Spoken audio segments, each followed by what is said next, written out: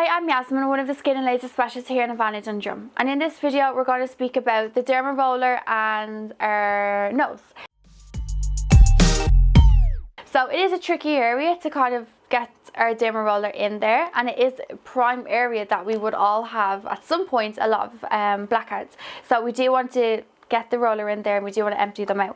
So when you're using the roller on the nose, if you start off on one side first, so you put it onto the skin and you'd roll over and back, or I mean up and down. So you do that 4 or 5 times. It's normal to get redness. It's also normal on the nose in particular to find a little bit of sensitivity. Just ease off on the pressure a little bit, but remember, no pain, no gain. And then on the other side will be the same. Place it onto the nose again, and then up and down 4 or 5 times.